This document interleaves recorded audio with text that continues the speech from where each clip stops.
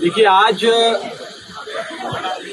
लगभग 65 राज्यसभा के सांसदों ने मणिपुर पे चर्चा का नोटिस दिया और ये कहा एक लंबी और एक विस्तार से मणिपुर पे चर्चा सदन के भीतर हो। अगर सत्ता पक्ष ये चाहता है कि मणिपुर पे चर्चा हो और अगर सत्ता पक्ष चर्चा कराने के लिए प्रतिबद्ध है तो उन 65 नोटिस में से कोई एक भी नोटिस पे अपनी स्वीकृति दे दीजिए और चर्चा शुरू हो जाएगी। केवल सदन में आकर ये चिल्लाने से कि हम चर्चा चाहते हैं, चर्चा नहीं होगी। 65 नोटिस शायद आज तक भारत के संसदीय इतिहास में, राज्यसभा के इतिहास में 1952 से लेकर आज तक पहली बार इतनी बड़ी संख्या में सांसदों ने 267 का नोटिस दर्ज कर कहा कि हमारे देश का एक अभिन्न अंग, हमारा एक बहुत ही महत्वपूर्ण बॉर्डर स्टेट मणिपुर जल रहा है, मणिपुर के विषय में चर्चा हो। लेकिन सरकार ये चर्चा नहीं चाहती। मॉनसून का सत्र 20 जुलाई 2023 को शुरू हुआ था, आज 31 जुलाई 2023 है। 11 दिन हो गए। 11 दिन में किसी एक भी दिन अगर सरकार मणिपुर पे चर्चा करा लेती तो बाकी के वर्किंग डेज बच जाते और उसमें लेजिस्लेटिव काम हो जाते।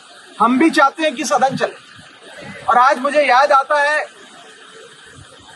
उस समय के leader of opposition Arun Jaitley ji और उस समय की नेता विपक्ष सुषमा स्वराज जी लोकसभा की, उनके कथन की याद आती है कि कभी कभी सदन में विपक्ष की आवाज सुनाए जाने के लिए अगर आपको अपनी आवाज बुलंद करनी पड़े तो उससे लोकतंत्र मजबूत होता है, लोकतंत्र कमजोर नहीं होता।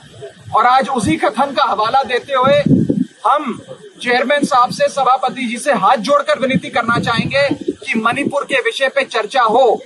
और जब जब एक विस्तार से लंबी चर्चा होती है, संसदीय कन्वेंशन ये कहता है कि देश के प्रधानमंत्री जी आकर उस बहस में हिस्सा लेते हैं।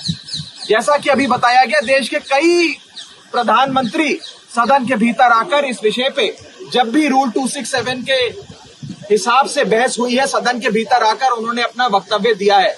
जवाहरलाल नेहरू जी से लेकर डॉक्टर मनमोहन सिंह तक तमाम प्रधानमंत्री सदन के भीतर आए और अपना वक्तव्य दिया। इसीलिए हम चाहेंगे कि as head of the government honourable prime minister भी पार्लियामेंट में आए। दोनों में से जो सदन उन्हें पसंद है, लोकसभा पसंद है तो लोकसभा, राज्यसभा पसंद तो राज्यसभा, दोनों में से किसी भी सदन में आकर मणिपुर पे अपनी बात रखें और सरकार क्या कदम उठाने जा रही है इस विषय से पूरे देश को अवगत कराएं।